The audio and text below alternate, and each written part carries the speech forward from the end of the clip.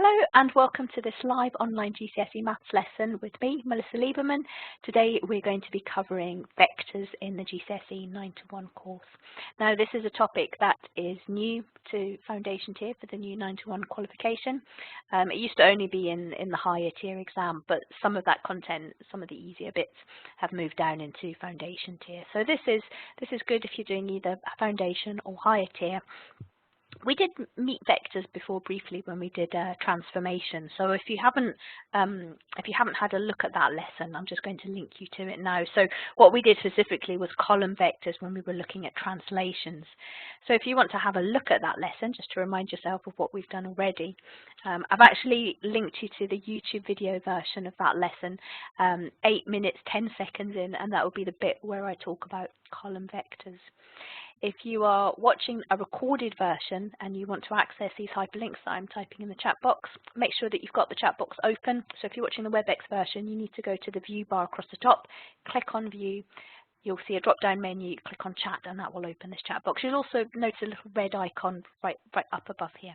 And you can move all of these boxes out of the way, just click and drag. If you're watching the YouTube version of this online lesson, then all of these links will be pasted in the box as usual underneath the YouTube video. Okay then, so write things down as I always say. If you're working through your online course materials, there's a section here, vectors. I'll just give you a link to that to save you having to search through for it. This is towards the end of Unit 3, so we've only got a couple more lessons and we'll be finished with Unit 3. So there's a link to those vector activities that are on your page. So this is probably quite good for revision. There's just a couple of short questions there. If you want more practice, then of course you'll need to use your course book that's included with your course. If you're doing Foundation Tier, it will be chapter 22. So all of chapter 22 covers vectors. If it's higher tier, then you'll need to use chapter 23. Now, vectors are more advanced at a higher tier, so we'll be revisiting this topic as part of Unit 4 later on. So if you're confident with vectors and you're doing higher tier and you want to work through the whole chapter, please do so. As I said, I will revisit vectors again later on. Let me just give you a link to PDFs of those chapters to save you going away and having to look for them. The answer books are on your course page, as you know, so just underneath where you link to go to the download link for your textbooks, the answer books are on there. So there's some links to PDFs of those chapters if you just want to click on those, and then it will open up in the new window and then you can try some of the exercises. So here's an overview of what we'll be covering today. I'll show you the various ways of representing vectors, how to write them down and use column vectors. We'll talk about how to multiply vectors by scalars. I'll also tell you what the difference is between a vector and a scalar. And then we'll look at adding and subtracting vectors. And more or less that's all that you will have to do if you're doing Foundation Tier. And this will also come up towards the beginning of higher tier. Excuse me, I've got a bit of a cold. So a vector, oh no, not to worry, man. I was wondering, there's not really so many people. I've got quite a small class today. I was saying before I started that I think people have been scared off by that trigonometry lesson last time. They're still reeling from that. This is much easier. So you may have heard of a vector before. A vector has both size and magnitude, like a number, and it also has direction. If any of you have done physics before, vectors are used all the time in physics and in mechanics. Examples of vector quantities are displacement. Now that's a little bit like distance, but with a direction involved. Velocity is a vector, so that's like the vector equivalent of speed. And force is also a vector because it acts in a given direction, so we can have a force upwards or we can have a force downwards, and they cancel each other out and so on. So if you've done physics before, then you'll understand these ideas. And a scalar, as opposed to a vector, has got size or magnitude only. It doesn't have direction. So any other quantity that we've worked with, like lengths of sides of shape, so length, speed, mass, these are all scalar quantities. They don't act in any particular direction. They're just numbers. And a vector can be represented like this as a line, usually on a square grid like this, going from one point. So here we've got the vector goes from the point A to the point B. And it has a direction. Going from A to B is not the same as going from B to A. So how do we describe this movement from the point A to the point B? A few different ways of using vector notation. Oh, sorry, yes, I'll just mention this. You don't need to work out the magnitude of a vector at foundation tier. I'll go back to it later on for higher. But just to note that the magnitude, the size of a vector, is given by the length of the line. If you did want to work out the length of that line, you would be able to use something that we met a few lessons ago. So if I said to you, what is the length of that line AB? Can anyone think of a way that they could work that out? Just to throw it out there and see if the people watching are awake. What would you do if you wanted to work out the length of that line AB? Any ideas? It's something that I did a few weeks ago, so hopefully you remember. Not count the squares. It would be difficult to count the squares because it's on a diagonal. So that bit there. Oh, sorry, that's a terrible pen. It's too fat, isn't it? So if it was horizontal or vertical, you could count the squares, but I can't really count the squares going from A to B. Oh, perfect. Not Secretariat. Distance formula, yes, distance formula, that would work. It's the distance formula, not SOHCAHTOA, but John Paul, yes, c squared equals a squared plus b squared. What the word I was looking for was Pythagoras. So if I wanted to work out the length of this line from A to B, what I would do is, oh, sorry, that's horrible fat pen again. Let me just change this to the thinner one. I might change it to a nice blue colour as well, and I can use my straight line tool. So if I wanted to work out the length of AB, what I would do is work out the length from here to here, the length from here to here, and then I would use Pythagoras' theorem to work out the length of that. So if I then labelled these sides A and this side B, this would be a right angle, and this would be the hypotenuse c squared. So it would be the square root of a squared plus b squared, which is sometimes called the distance formula. So well done for knowing that, or Pythagoras. So if you were asked the magnitude of the line AB, you wouldn't be at foundation tier, by the way, but at higher tier you should be aware of this. That's how you work it out. And then the direction is given by the arrow that's on the line. So this is an important part of it, this arrow. So this vector is going from A to B. Excuse me, I need to cough. I'm just going to pause the video for a second.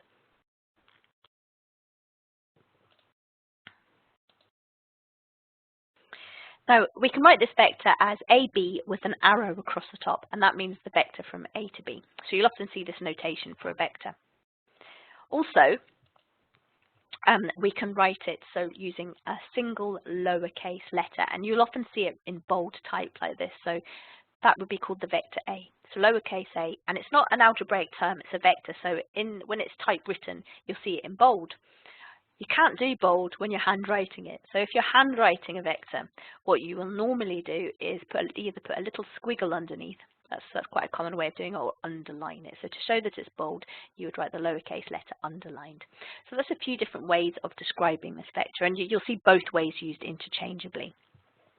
Another way of representing a vector is to write it in terms of the number of squares along in the x direction, that's called the x component, and the number of squares up or down, that's called the y direction or the y component. And it works a lot like coordinates, except that you're not starting from an origin. So unlike a coordinate where you're starting from the origin, with a column vector, the clue is in the name column. We write the x component at the top and the y component underneath, and the number on the top tells us how many we've gone along.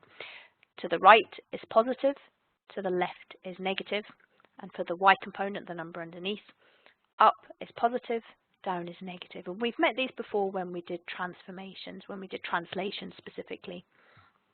They're very easy once you get the hang of it, and it's called a column vector. So for example, the way you would represent this particular vector, AB, you would write a 6 on the top and a 3 underneath like this. So we have 3 different ways of writing it, either as the 2 endpoints, so it goes from A to B with an arrow above it. As a vector like this, if you're handwriting it, underline it or do a little squiggle like that, but that would be bold. Or as a column vector like this, with the number left or right on the top and the number up or down on the bottom. So this is also called the component form. So we've got the horizontal x component on the top and the vertical y component there on the bottom. Okay, So here's an example. I can't ask you to put your answers in the chat box though, I'm afraid. Sorry, Manon, this is what you were taught, the column vector. Perfect, good. Column vector. So this is a column vector. Now you only need a GCSE column vectors in 2 dimensions, so we've only got 2 numbers. But in theory, you can have vectors in 3 dimensions as well, and then you would have 3 numbers, X, Y, and the Z direction as well, which would be in or out of the page. Don't worry about that right now. But if I were to ask you to draw the vector B, which is represented by this column vector -5, 2, you can start at any point. So unlike a coordinate, you can start at any point. So supposing I started over here, -5 would mean 5 squares to the left. So I would start here and I would go 1, 2, 3, 4, 5. And well, I shouldn't have started there. I can just see that I've run out of space now. But let's start down here. So if I started here and did 5 squares to the left and then 2 units up from my start point to my end point, I'll just change colours, would be from here to here. And then because it's a vector, I need to have an arrowhead on it. So I need to say where I'm going, what my start point and my end point is. So that would be that vector B. And then I would label it B like that with a little wiggle or underline it. So I'll rub at that one. Okay, let's see if my neater version works. So yes, just like that. So 5 to the left and 2 up. And the resulting vector is that one there, B. Okay. Now, here's some examples of some vectors. Those of you watching live, if you want to join in, you can write these as coordinates. You shouldn't ever write them as coordinates in the exam. You would write them as column vectors, but I appreciate that we can't really write one number above the other in the chat box. So I will accept something that looks like a coordinate. So what would A be? How would that be written in component vector form? Sorry, I'm just going to pause.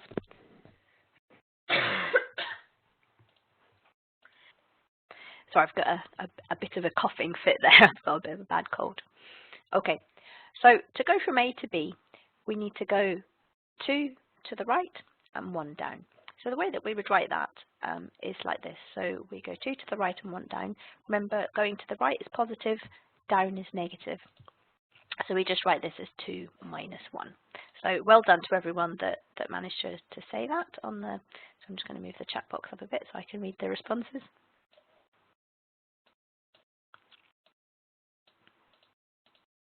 Is that right? Yes, 2 minus 1. So we want the left or right goes first, so the x component always comes first on the top, so we want the 2 on the top and the minus 1 at the bottom.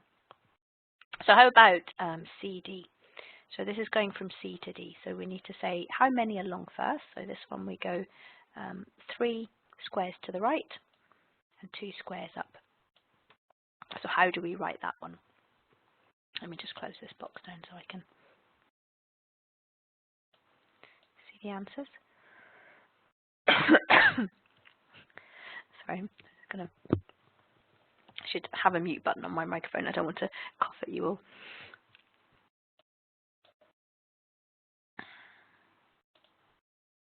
Yes, so 3 on the top and 2 underneath. Perfect. So 3 right and 2 up. So 3, 2, and they're both positive because we're going right and then up.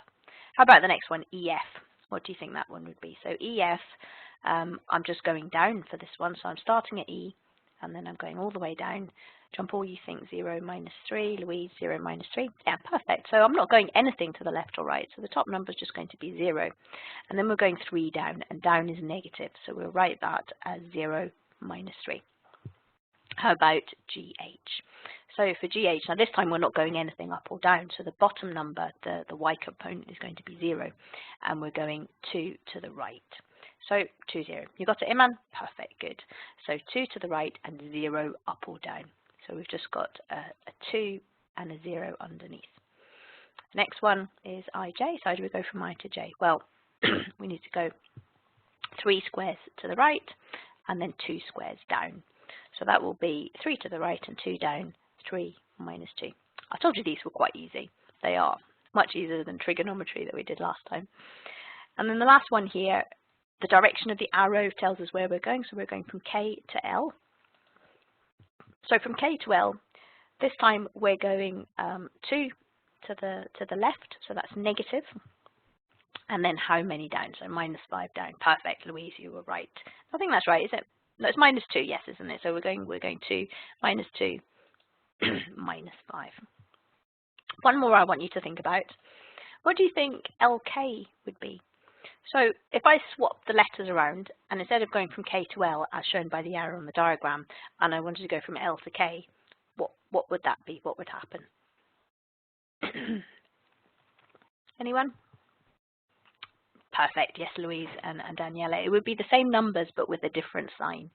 So this time we would go, if we went from L to K, we would go 2 right and 5 up. So both those numbers would become positive. And that's quite an important thing in terms of vectors to notice, is that if we change the direction of the letters, we change the direction of the line. And to do that, we change the signs. So positive becomes negative and negative becomes positive, and we go back in the opposite direction. Now, how do we multiply a vector by a scalar, and what is a scalar? Do you remember? A scalar actually is just a number. So you can multiply a vector by a scalar, and all you do is you multiply the numbers in the components in the column vector form by that number. So let's have a look at what this looks like, both as a drawing and using the numbers. So when you multiply a vector by a number, by a scalar, you just get another vector that will be bigger or smaller than the starting one. And it's important to point out that the resulting vector is going to be parallel to the original vector. It will either be collinear, which means they both lie on the same line, or it will be parallel. So let's see what that looks like. So here's a vector, A. It goes 3 along and 2 up, so we can represent it by the column vector, 3, 2. What would 2A look like? Well, 2A would just be double the length. So what we do when we double the length is we double the components. So the top number, the horizontal component, is doubled, and the bottom number, the vertical component is doubled. So 2A is just 6, 4, written like that as a column vector. We just double both the numbers. And notice that those two lines are parallel. They must be parallel. And that number that we're multiplying the vector by can be any number. Here is what minus A looks like. So minus A is just like A, but in the opposite direction. So what we've done is we've got the same vector, but in the opposite direction, so we change the signs. And all of these vectors, as you can see there, are parallel. And we can multiply a vector by any number. So when you are given 2 column vectors and you can see that the numbers are multiples of the other numbers, you could kind of deduce that they were parallel. So here's an example of a kind of question that you might be asked. So if we're given a vector R, minus 4, 7, we don't even need to think about which way is along or up or anything like that, because we're just looking at the numbers. We're not actually drawing the vector or anything like that. Write these as column vectors. So part A, what would 3R be? R times 3. Part B, what would half R be? And part C, what would minus 2R be?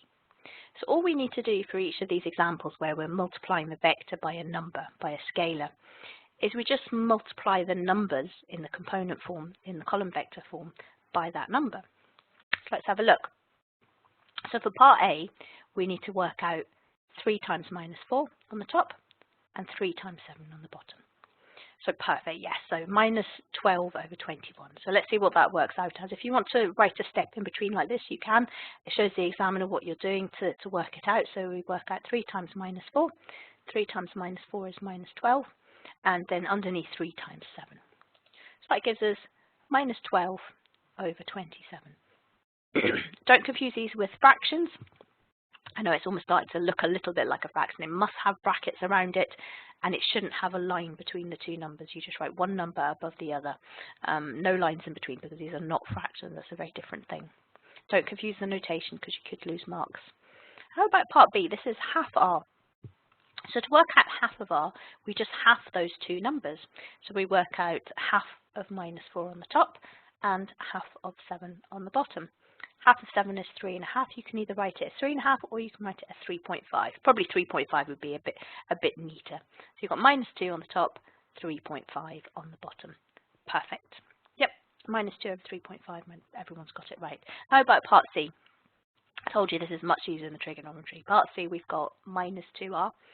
So we multiply the top number by minus 2. Remember, when you multiply two negative numbers together, you end up with a positive number. And on the bottom, we've got minus 2 times 7, which is minus 14. Perfect. So we've got 8 on the top minus 14 on the bottom. Good. Nice and easy. Now to add or subtract vectors, you add or subtract the x components and the y components separately.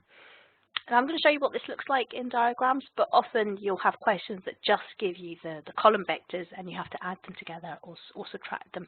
There might be a bit of multiplying by a scalar involved as well. So this is vector arithmetic, it's called. So you're just using the numbers to work out the resultant vector. So for example, if you had these two vectors, A is 1 minus 2, where you're going 1 along, 1 to the right and 2 down, and B is 5, 3.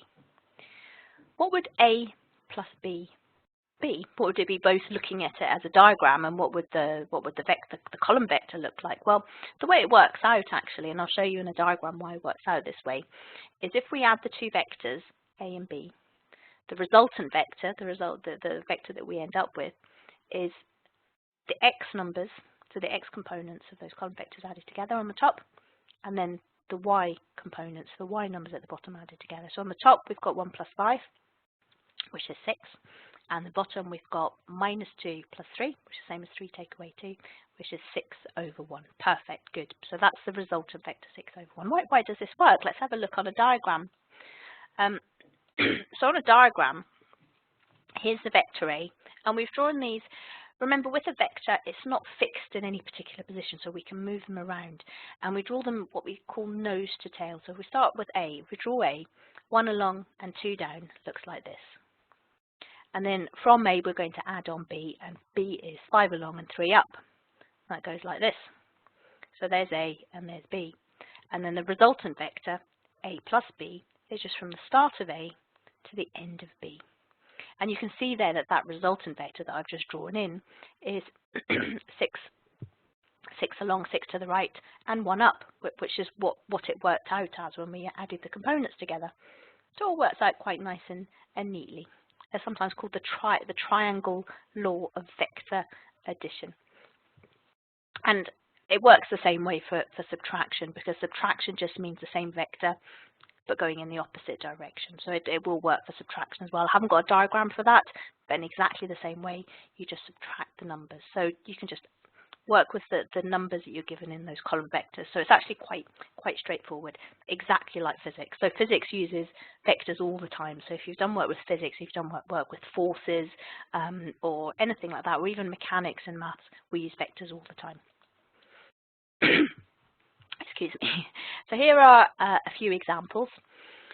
Firstly, for part A, we're going to work out P plus Q. So when we add those two vectors, we're just going to use the numbers that we've been given. And we're also going to draw a diagram to see what they look like. Part B, we want to work out R minus Q.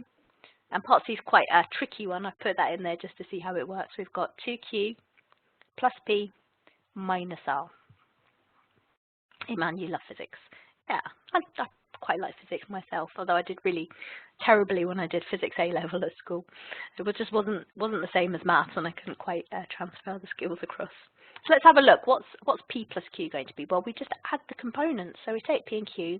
The X component will just be 3 plus minus 2, and the Y component will just be 1 plus 0. So we just put them together. So 3 plus minus 2. Same as 3 take away 2, which is just 1 on the top and 1 on the bottom.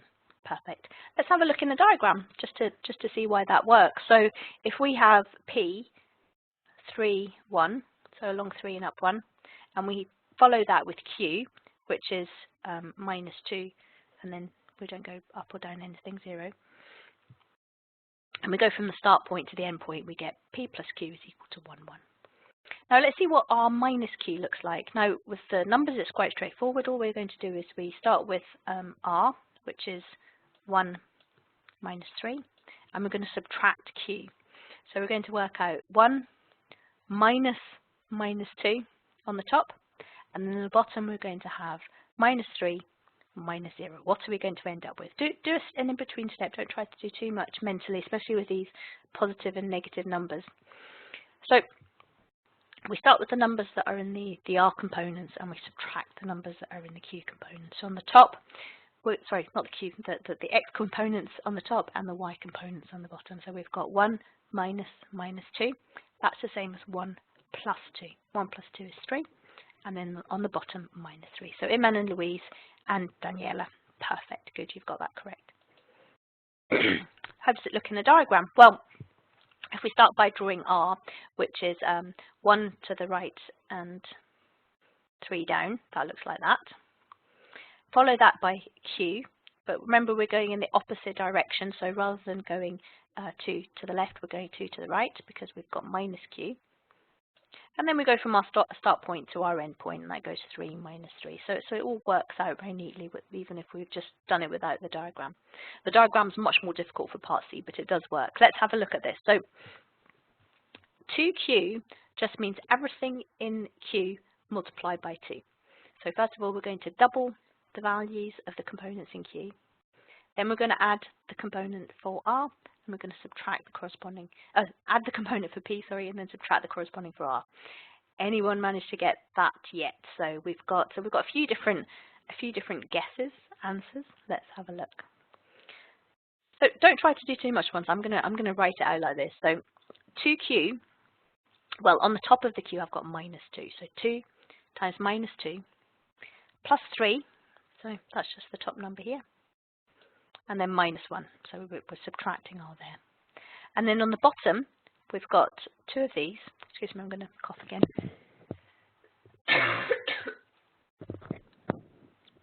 2, 0. I might need to pause the recording again. I probably shouldn't have gone ahead with this with my terrible cold. 2, 0. Plus 1 from here. And then we've got minus 3. When we subtract a negative number, remember that's going to be the same as adding. Ooh, so what does that come to? So on the top, we've got negative 4 plus 3.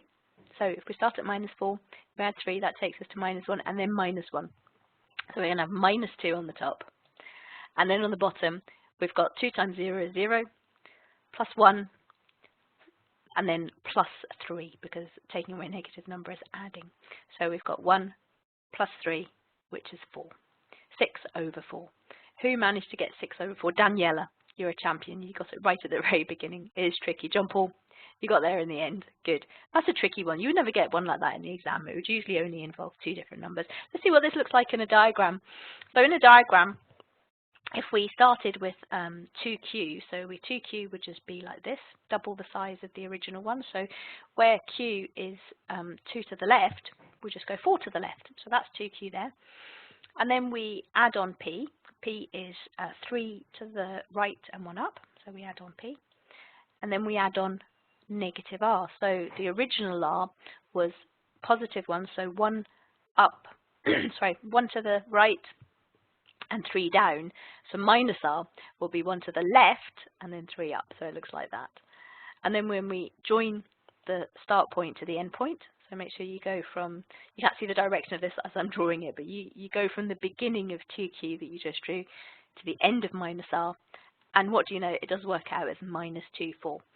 So it's quite nice that these do work out. So you can just add or subtract the components, include the multipliers as well, the scalars, and it will work out also in a diagram. Part C is quite complicated though, but I just wanted to show you a more complicated example to see how it works. Just one more thing. I know the lesson's not very long today.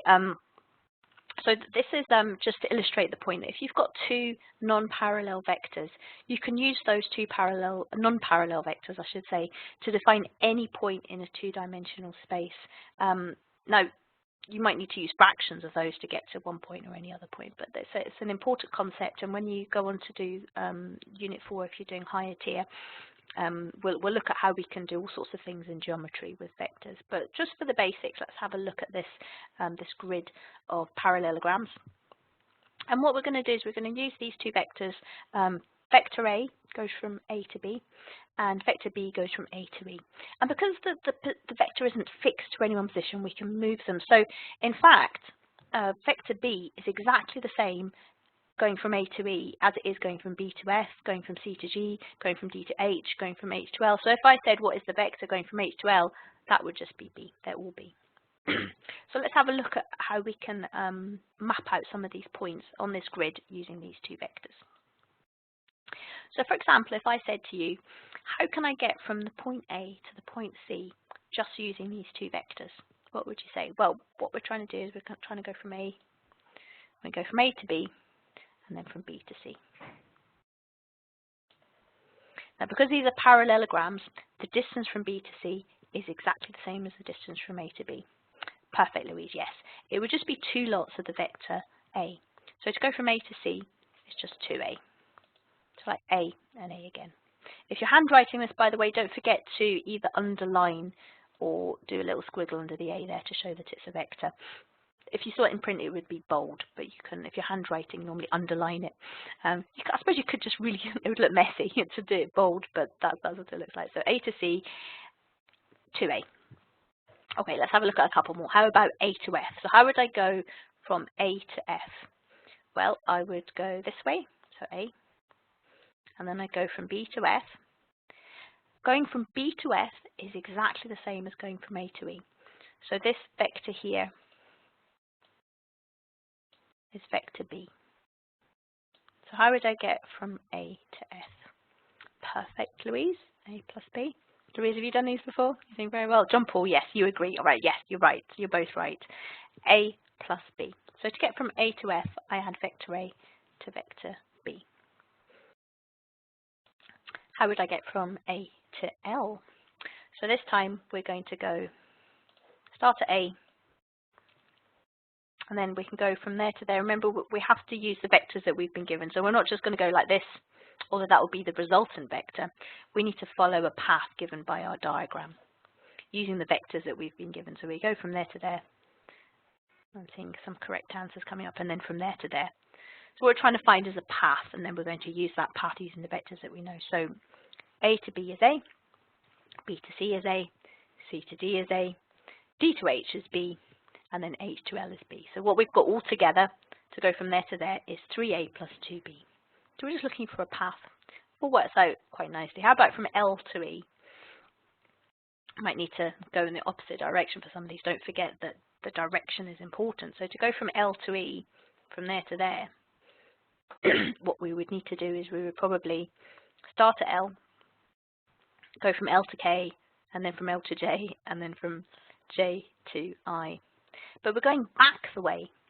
So we do have our vector A, but we're going the opposite direction to A. So to get from L to I, we need to do minus A, minus A, minus A. Perfect, minus 3A. And then we're going from I to E to get to the point E, but we're going again in the opposite direction to that vector B. So this time, minus B. Perfect, perfect, perfect. Daniela, Iman, all of you got that right. Daniela, John Paul, and Louise, you're all correct. Just like algebra, you don't need the 1 in front of the B. You wouldn't lose any marks if you did, but it's just not necessary. So to get from L to E is minus 3A minus B. Got it? Okay. Now, here's a kind of problem that you might get. You might be given something like a shape, a parallelogram in this example. And in this parallelogram, the vector from A to B across the bottom here is called vector B. And then going from A to D is called vector D. Now, because this is a parallelogram, do know that going from D to C is also B. So that's exactly the same vector going from there to there if we did that. So I'm just going to write this in. And because it's a parallelogram, similarly going from B to C is also exactly the same as vector D. And what we're being asked is to write all of these vectors here in terms of D and B. So let's have a look. Oh, we've also got these 2 points, X and Y, just to make things a little bit more interesting. X is halfway along BC, and Y is 2/3 of the way along DC. So how does that work? We've got bits of numbers. How do we go from A to C? So what we need to do is to go from A to C. We could go like this, A to C. That would be the resultant vector, but we have to use the lines that we've been given. So what we're going to do is we're going to try and find a route from A to C just using these lines that we have. So what we would do is we would start at A, we go from A to B, which is vector B, and then we go from B to C. Now because it's a parallelogram, going from B to C is the same as vector D. They're parallel vectors and it's exactly the same length. So to go from A to C, we go from A to B and then from B to C. That's the same as B plus D, so that's how I write it as a vector. John Paul, perfect. Louise, perfect. Happy with that? How about A to X? How can we go from A to X? Now, to go from A to X, we go from A to B and then from B to X. We could go round the other way. We'd end up with the same number if we went from A to D to C to C to X. It would just be a more complicated way of getting there, but the end vector would be the same. But that's the quickest route, from A to B to X. X is halfway along BC, so we just write that as half D. So altogether, we've got half of BC. Sorry, I'm going to go. I'm just going to pause the recording a moment. I'm really sorry, I didn't want to cancel the webinar, but I've really got a terrible cough at the moment. If I breathe in too hard, I get a coughing fit. So the answers that I'm seeing popping up on the screen are yes, good. So we've got half of BC is half D. Oh, sorry, what's that? So BX, I don't think I've got the full solution there. BX is, oh, sorry, I think I was doing the wrong one there. I think I was going from A to X. I was looking at part C, so I'm sorry. I didn't realise I was going down the way and I should have been going across the way. So BX, the distance from B to X, is me not reading the slide properly. So from B to X is just half D. So that's all you need to write for part B. For part C, from A to X, which is one I had in my mind, we're going from A to B and then from B to X, which we've just worked out. So that's B plus a half D. How about dy? Let's go in the right direction this time. So dy, we're going along here now. So how do we get from there to there? Well, just a moment, sorry. I'm going to mute myself actually.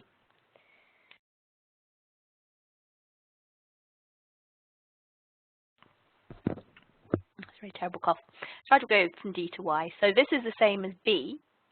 The whole way from D to C is B, but we're only going 2/3 of the way along because of where that point Y is located. So that's 2/3 from D to C, which is 2/3 of B.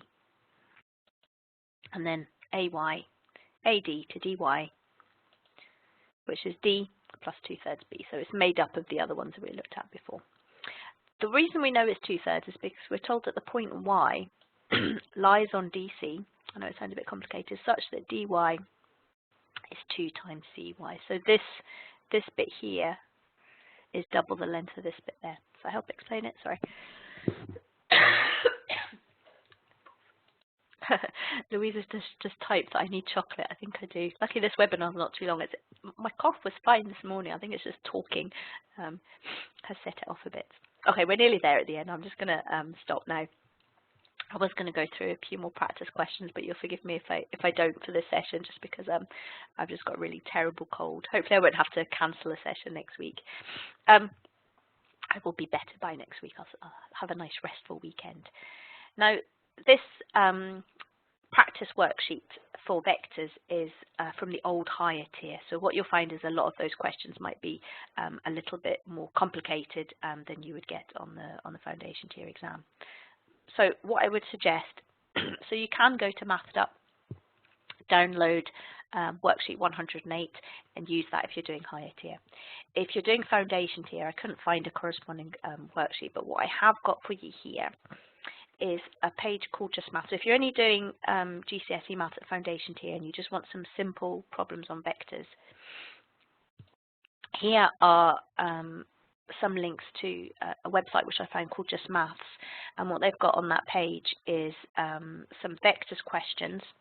And what they've done is they've gone through the sample assessment materials for all of the exam boards, AQA, OCR and EdXL, and they've taken from those sample materials questions on vectors, so you can see the kinds of vector questions that will come up on the new foundation tier paper. So if you want some exam style questions, use those.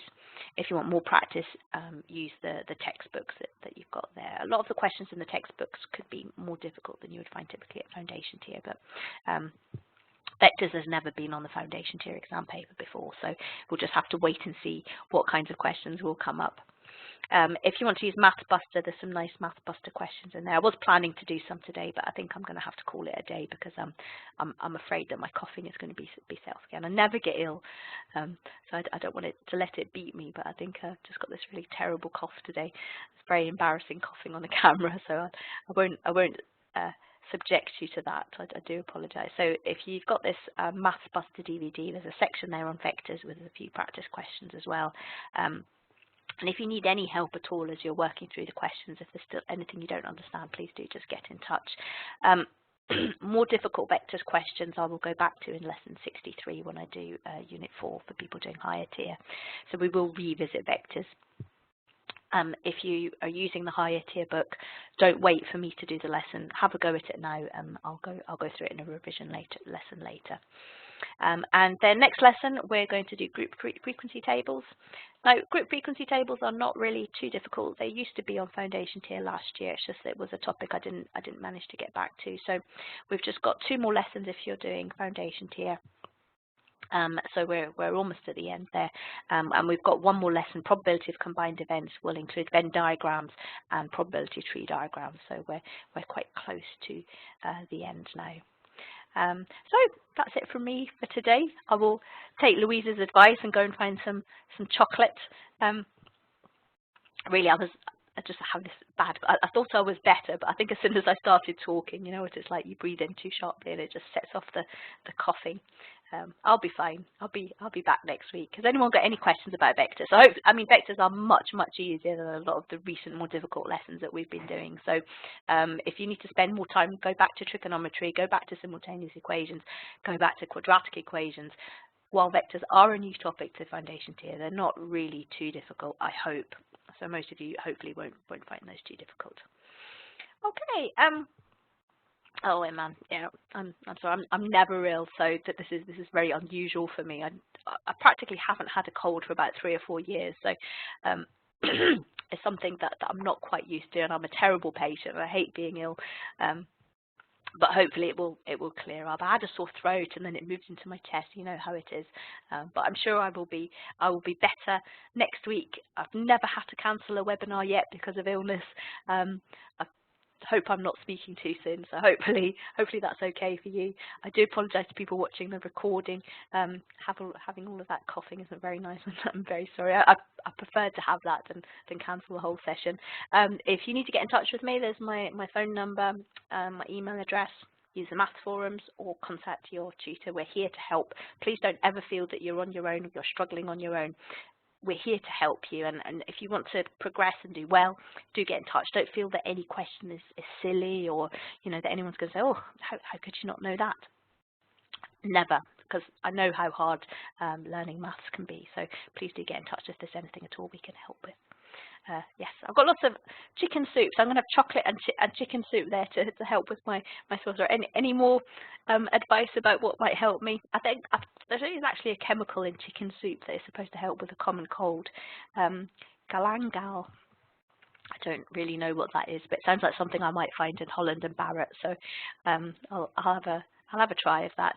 I always have my lemon tea, so lots of vitamin C. I'll see. Some people in the office have got echinacea, so maybe that will help. I think I just have to let it run its course, and I'll be better soon. Have my normal voice back, not so husky next time. I'll see you all soon. I hope you've enjoyed that lesson, and bye for now. Bye bye.